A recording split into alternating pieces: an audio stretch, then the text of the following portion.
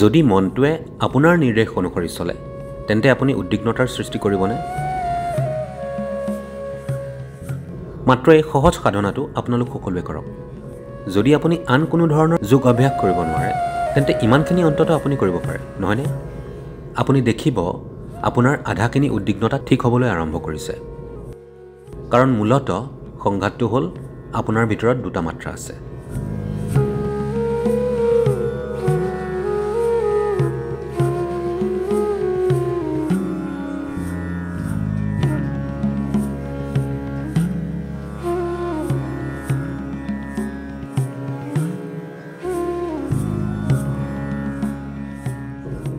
যদি মনটোৱে আপোনাৰ নিৰ্দেশ মতে চলে তেন্তে আপুনি উদ্বিগ্নতাৰ সৃষ্টি কৰিবনে? নকৰে। গতিকে আন ঠাইত উত্তৰ বিচাৰিব নালাগে। ইয়াকে বুজায় যে নিজৰ শাৰীৰিক আৰু মানসিক প্ৰণালীয়ে আপোনাৰ পৰা নিৰ্দেশ স্বীকাৰ কৰা নাই। গতিকে আপুনি যে ইমানবোৰ কথা কৈছিল, মই চেষ্টা কৰোঁ, এই ডাঙৰ ডাঙৰ কথাবোৰ যিবোৰ কেলিফৰ্ণিয়াৰ চাৰিওকাষে ভাহি আছে, এইবোৰ যিয়ে নহওক কিয়, বিশেষকৈ ইয়াৰ ওচৰত হাৰ মনা, যি হ'ল বুলি ইয়াক এৰি দিয়া, এইবোৰ বিষয়ে আনকি কাৰোৰে বাবেও এনেধৰণৰ কথাবোৰে কেতিয়াও কাম কৰা নাই। কৰিছে জানো? মই আপোনাক সুধিছোঁ, আপোনাৰ উদ্বিগ্নতা আছে বাৰু, এৰি দিবলৈ চেষ্টা কৰকচোন। গৈছে জানো? আনকি সাধাৰণ ফ্লু এটাও নাযায়, হয়নে নহয়?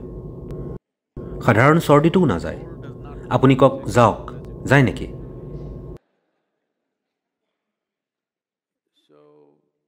গতিকে আত্মসমৰ্পণৰ এই কাল্পনিক অৱস্থাবোৰলৈ নাযাওঁ আহক। এই সকলোবোৰ কথা বাদ দিয়ক। আত্মসমৰ্পণ কি হয় কোনেও নাজানে। কাৰণ যেতিয়া এনেকুৱা হ'ব তেতিয়া আপুনি গম নাপাব যে সেয়া হৈছে। আপুনি সেইটো কৰিব নোৱাৰে, মই আত্মসমৰ্পণ কৰিলোঁ। সেয়া কেনেকৈ সম্ভৱ বাৰু? গতিকে সেইবোৰ এৰি Essentially, as I said, you have not read the user's manual of how this works. We need to pay attention to this. মূলতঃ মই কোৱাৰ দৰে আপুনি এইটোৱে কেনেকৈ কাম কৰে তাৰ ইউজাৰ মেনুৱেলখন পঢ়া নাই। আমি ইয়াৰ ওপৰত মনোযোগ দিব লাগিব। শৰীৰতন্ত্ৰটো এনেদৰে তৈয়াৰ কৰা হৈছে যে যদি আপুনি হাতখন এনেদৰে ধৰে ই এক ধৰণে কাম কৰিব, যদি আপুনি এনেকুৱা কৰে তেন্তে ই আন এক ধৰণে কাম কৰিব, যদি আপুনি তেনেকুৱা কৰে ই আন এটা ধৰণে কাম কৰিব। ই এক অসাধাৰণ প্ৰক্ৰিয়া। যদি এইটো এটা সাধাৰণ বস্তু হ'লহেঁতেন তেন্তে আমি ইয়াক মাত্ৰ হাতুৰি আৰু বটালিৰে কোবাই আকাৰ দিব পাৰিলোহেঁতেন, ঠিক আছে? ই অতি অত্যাধুনিক, ই এটা অত্যন্ত জটিল যন্ত্ৰ। ইয়াক যিটো কামৰ বাবে তৈয়াৰ কৰা হৈছে তাৰ বাবে ব্যৱহাৰ কৰিব পৰাকৈ এক নিৰ্দিষ্ট মাত্ৰাৰ মনোযোগৰ প্ৰয়োজন, নহ'লে ই নিজে নিজে বিশৃংখল হৈ পৰিব। এতিয়া বহুতো কাৰক থাকিব পাৰে, জেনেটিক কাৰক থাকিব পাৰে, সামাজিক কাৰক থাকিব পাৰে, বাঢ়ি অহা বয়সৰ সমস্যা থাকিব পাৰে, বিভিন্ন কথা হ'ব পাৰে। কিন্তু সেইবোৰৰ কোনো এটাৰ লগত আপোনাৰ সমস্যা আৰোপ নকৰিব। গুৰুত্বপূৰ্ণ কথাটো হ'ল মাথো এইটোৱেই যে আপুনি আপোনাৰ মনটো বিচৰাৰ ধৰণে ৰাখিব পৰা নাই। সেয়াই আপোনাৰ একমাত্ৰ সমস্যা, নহয়নে? যি মুহূৰ্তত আপুনি কাৰণ দৰ্শায়, মই এনেকুৱা কাৰণ মোৰ দেউতা তেনেকুৱা আছিল, মই এনেকুৱা কাৰণ মোৰ ককাৰ জেনেটিক প্ৰক্ৰিয়া ঠিক নাছিল, আপুনি শেষ। কাৰণ আমি এতিয়া তেনেবোৰ ব্যক্তিক সলনি কৰিব নোৱাৰোঁ। এতিয়া আপুনি অন্য এজন দেউতা অথবা ককা বাছি ল'ব নোৱাৰে। এইটো পৰ্যায় শেষ হ'ল। কিন্তু ইয়াক ৰূপান্তৰিত কৰিব পাৰি। আপুনি বুজিব লাগিব, যদিও বা আপোনাৰ উদ্বিগ্নতাজনিত ৰোগ আছে, কোনো কথা নাই, তথাপিও এটুকুৰা গাজৰ যদি আপুনি খায় তেন্তে ইয়াৰ ভিতৰত এনে এক বুদ্ধিমত্তা আছে যি এটা গাজৰক শৰীৰলৈ ৰূপান্তৰিত কৰিব পাৰে। অৰ্থাৎ প্ৰতিদিনে আপোনাৰ ভিতৰত এটা নতুন শৰীৰৰ নিৰ্মাণ হৈ আছে, নহয়নে? আংশিকভাৱে প্ৰতিদিনে এক নতুন মানুহৰ নিৰ্মাণ হয়। যেতিয়া সৃষ্টিৰ উৎসটোৱেই আপোনাৰ ভিতৰত কাম কৰি আছে আৰু অহৰহ এক নতুন মানুহৰ সৃষ্টি হৈ থাকে, তেন্তে যদিহে আপুনি সেইটোৰ অকণমান দায়িত্ব লয়, আপুনি এক সম্পূৰ্ণ নতুন শাৰীৰিক আৰু মানসিক প্ৰক্ৰিয়াৰ সৃষ্টি কৰিব পাৰে। কিছুদিনৰ আগতে আমাৰ লগত এনেকুৱা হৈছিল। যোৱা বছৰ আমি তিব্বতত ট্ৰেকিং কৰি আছিলোঁ। মই এটা তম্বুত কিছু কাম কৰি আছিলোঁ আৰু আন এজনে আপেল এটা কাটি আছিল। আপুনি জানেনে আজিকালিৰ পৰ্চিলিন কটাৰীবোৰ তেনে এখনেৰে। গতিকে ওচৰতে থকা আন এজনে এই ব্যক্তিজনক কয়, এইখন বৰ চোকা কটাৰী, সাৱধান হওক। এইটোৱে মোক অলপ বিৰক্ত কৰিলে। মই এনেদৰে চাওঁ কাৰণ তেওঁ এগৰাকী প্ৰাপ্তবয়স্ক মানুহ। তেওঁ শিশু হোৱা হ'লে কথাটো বেলেগ আছিল। তেতিয়া আমি চাব লাগিব যে তেওঁ কটাৰীখন কেনেদৰে ব্যৱহাৰ কৰে। তেওঁ এগৰাকী পূৰ্ণবয়স্ক মানুহ, আৰু কটাৰী এখন চোকা হোৱাটোহে বাঞ্ছনীয় যদি এখন চোকা নহয় তেন্তে কটাৰী বুলি কিয় ক'ব বাৰু গতিকে মই ইয়াক আওকাণ কৰি কাম কৰি থাকিলোঁ আৰু 2 মিনিটৰ পাছত তেওঁ আকৌ কয় এইখন বৰ চোকা কটাৰী দেই সাৱধান হওক মই ক'লোঁ তেওঁ এজন পূৰ্ণবয়স্ক মানুহ তেওঁক অকলে কৰিবলৈ দিয়ক তেওঁ জানে এই কটাৰীখন কেনেদৰে ব্যৱহাৰ কৰিব লাগে এই সাধাৰণ কটাৰীখন তেওঁ চম্ভালিব নোৱাৰিব জানো ই কোনো মাটি কঢ়িওৱা যন্ত্ৰ অথবা মহাকাশ যান বা তেওঁ চম্ভালিব নজনা আন কিবা নহয় এইখন এখন কটাৰী তেওঁ কয় নহয় সদগুৰু এইখন বৰ চোকা কটাৰী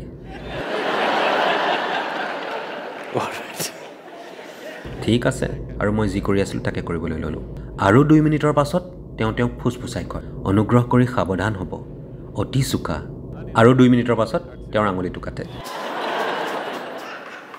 তাৰ পিছত মই হাৰ মানি লওঁ ঠিক আছে এইখিনিয়ে হৈছে ঘটনা এইটোৱে জীৱনৰ লগতো হয় আপোনাৰ এটা বুদ্ধিমত্তা আছে যাৰ বাবে আপোনাৰ হাতত যথেষ্ট সুস্থিৰ এখন প্লেটফৰ্ম নাই অথবা আন কথাত ক'বলৈ গ'লে আপোনাৰ হাতত এখন চোকা কটাৰী আছে ক্ষমা কৰিব হাতত এখন অতি চোকা কটাৰী আছে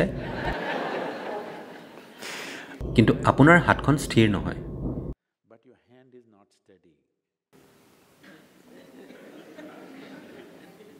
please see it's your own mind which is causing all this pain isn't it অনুগ্ৰহ কৰি চাওক আপোনাৰ নিজৰ মনটোৱেই এই সকলোবোৰ কষ্টৰ সৃষ্টি কৰিছে নহয়নে হয়নে নহয় গতিকে আপোনাৰ হাতত এখন অতি চোকা কটাৰী আছে যিমানেই চোকা হ'ব সিমানেই বেছিকৈ নিজকে কাটিব গতিকে আমি কটাৰীখন ভুটা কৰাৰ দৰকাৰ নাই আমাৰ মাত্ৰ এখন স্থিৰ হাত থাকিব লাগিব নহয়নে সেই সন্দৰ্ভত একো কৰা হোৱা নাই মানুহে এই সকলোবোৰ টোপনি অহা ঔষধ আৰু আজেবাজে কথাৰে কটাৰীখন ভুটা কৰিবলৈ চেষ্টা কৰিছে আপুনি যি লৈ আছে সেয়া হ'ল কটাৰীখন ভুটা কৰাৰ বাবে কটাৰীখন ভুটা কৰাটোৱেই উত্তৰ নহয় কাৰণ আপুনি কোন সেইটোৰ সম্ভাৱনা কম কৰিলে সকলোবোৰ ঠিকেই হ'ব আমি যদি মগজুৰ আধা অংশ আঁতৰাই দিওঁ তেন্তে আপুনি যথেষ্ট শান্তি পাব কিয়নো উদ্বেগ সৃষ্টি কৰিবলৈ কিছু মগজুৰ প্ৰয়োজন হয় যদি আমি সঁচাকৈয়ে আপোনাৰ মগজুৰ আধা অংশ আঁতৰাই পেলাওঁ তেন্তে আপুনি যথেষ্ট শান্তি পাব আৰু হয়তো আপুনি সুখীও হ'ব প্ৰকৃততে একোৱে আমনি নকৰে আপুনি ঠিকে আছে কিন্তু আমি সেইটো বিচৰা নাই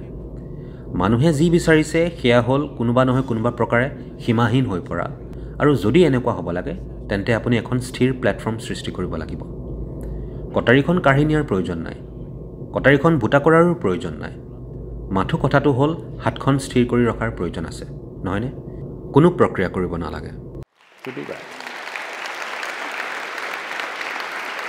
what ইনাৰ ইঞ্জিনিয়াৰিঙৰ অৰ্থ যুগৰ অৰ্থ মাত্ৰ এইটোৱেই যেতিয়া মই যুগৰ কথা কওঁ কেলিফৰ্ণিয়াত আছো বাবেই এই সকলোবোৰ অসম্ভৱ ভংগীমাৰ কথা কল্পনা নকৰিব যুগ মানে ভংগীমা নহয় যুগ মানে মিলন ঠিক আছে যুগ শব্দৰ আক্ষৰিক অৰ্থ হৈছে মিলন এইটো মিলনৰ প্ৰথম ৰূপ আপোনাৰ সোঁ আৰু বাওঁ এইটোক যুগত পিংগলা আৰু ইডা বুলি কোৱা হয় আপোনাৰ মাজত থকা পুৰুষ আৰু নাৰী তত্ত্ব মাথো ইয়াক একেলগে ৰাখক মাত্ৰ এই সহজ সাধনাটো আপোনালোক সকলোৱে কৰক যদি আপুনি আন কোনো যোগাসন কৰিব নোৱাৰে তেন্তে অন্ততঃ ইমানখিনি কৰিব পাৰে নহয়নে আপুনি এনেকুৱা কৰক যিটো আপোনাৰ জীৱনৰ সৈতে জড়িত এইটো সূৰ্যোদয় হ'ব পাৰে সূৰ্য ওপৰলৈ উঠি আহিছে সূৰ্য উদয় নহ'লে আপোনাৰ এই গ্ৰহত অস্তিত্ব নাথাকিলেহেঁতেন নহয়নে আপোনাৰ ভিতৰত যি জীৱনৰ উষ্ণতা চলি আছে সেয়া কেৱল সূৰ্য উদয় হোৱাৰ বাবেহে সম্ভৱ যদি গছ গছনিয়ে অক্সিজেন এৰি নিদিলেহেঁতেন আৰু তাৰ বিনিময়ত আপুনি কাৰ্বন ডাই অক্সাইড এৰি নিদিয়াহেঁতেন আপুনি জীয়াই নাথাকিলেহেঁতেন নহয়নে ইয়াক এনেদৰে চাওকচোন আপুনি যি খাদ্য খায় সূৰ্য আপুনি খোজ কাঢ়ি থকা পৃথিৱীখন আপুনি উশাহ লোৱা বায়ু আপুনি খোৱা পানী আপোনাৰ চাৰিওকাষে বাস কৰা মানুহ যিয়ে নহওক ইয়াৰ মাজত আপুনি যিকোনো বাছি লওক মাত্ৰ এইটো কৰক আপোনাৰ সোঁ আৰু বাওঁ নিখুঁতভাৱে একেলগে ৰাখক এনেকৈ নহয় নিখুঁতভাৱে ঠিক আছে মাত্ৰ আপোনাৰ বাবে সঁচাকৈয়ে গুৰুত্বপূৰ্ণ কিবা এটাৰ প্ৰতি লক্ষ্য কৰক হয়তো সূৰ্যটো হয়তো আকাশখন হয়তো ডাৱৰবোৰ হয়তো এজোপা গছ হয়তো কোনো ব্যক্তি হয়তো শিশু এটা জন্তু এইটো কি গুৰুত্বপূৰ্ণ নহয় মাত্ৰ ইয়ালৈ চাওক আপোনাৰ হাত দুখন একেলগ কৰি একেৰাহে 10-12 মিনিট সময় আপুনি দেখিব যে আপোনাৰ আধা উদ্বিগ্নতা শান্ত হৈছে কাৰণ মূলত সংঘাতটো হ'ল আপোনাৰ ভিতৰত দুটা মাত্ৰা আছে মই ইয়াৰ বিশদ বৰ্ণনাত সোমাব নিবিচাৰোঁ কাৰণ যৌগিক শৰীৰ বিজ্ঞানত ইয়াৰ বিষয়ে বিশদভাৱে আছে কিন্তু সহজ ভাষাত ক'বলৈ গ'লে আধুনিক চিকিৎসা বিজ্ঞানেও আপোনাক কৈছে যে সোঁ মগজু আৰু বাওঁ মগজু আছে ঠিক আছে মাত্ৰ এই দুটা একেলগে ৰাখি চাওক অত্যন্ত প্ৰেম আৰু প্ৰশংসাৰে আপোনাৰ বাবে গুৰুত্বপূৰ্ণ কিবা এটাৰ প্ৰতি লক্ষ্য কৰি ই আপোনাৰ পত্নী হ'ব পাৰে আপোনাৰ স্বামী হ'ব পাৰে আপোনাৰ সন্তান হ'ব পাৰে এজোপা গছ এটা কুকুৰ আকাশ সূৰ্য চন্দ্ৰ যিয়ে নহওক কিয় ইয়াৰ প্ৰতিটোৱে আপোনাৰ জীৱনৰ বাবে অতি প্ৰয়োজনীয় তেনেকুৱা নহয়নে হয় আপুনি যাৰ সৈতেই সম্বন্ধ অনুভৱ কৰে এই দুটা বস্তু একেলগে ৰাখি তেওঁলোকৰ প্ৰতি আপুনি সৃষ্টি কৰিব পৰা আপোনাৰ বাবে পৰম মধুৰতাৰে চাওক আপোনাৰ বাবে সেইবোৰ কিমান গুৰুত্বপূৰ্ণ সেইটো উপলব্ধি কৰি বহু কথাই সলনি হ'ব এইটো যুগৰ প্ৰথম ৰূপ যদি মই এইটো কৰোঁ তেন্তে কঠিন হৈ পৰিব নমস্কাৰ কৰাৰ আৰু বহু উপায় আছে এনেকুৱা এনেকুৱা তেনেকুৱা তেনেকুৱা এইটোৱে আটাইতকৈ সহজ ইয়াৰ পৰা আৰম্ভ কৰক ঠিক আছে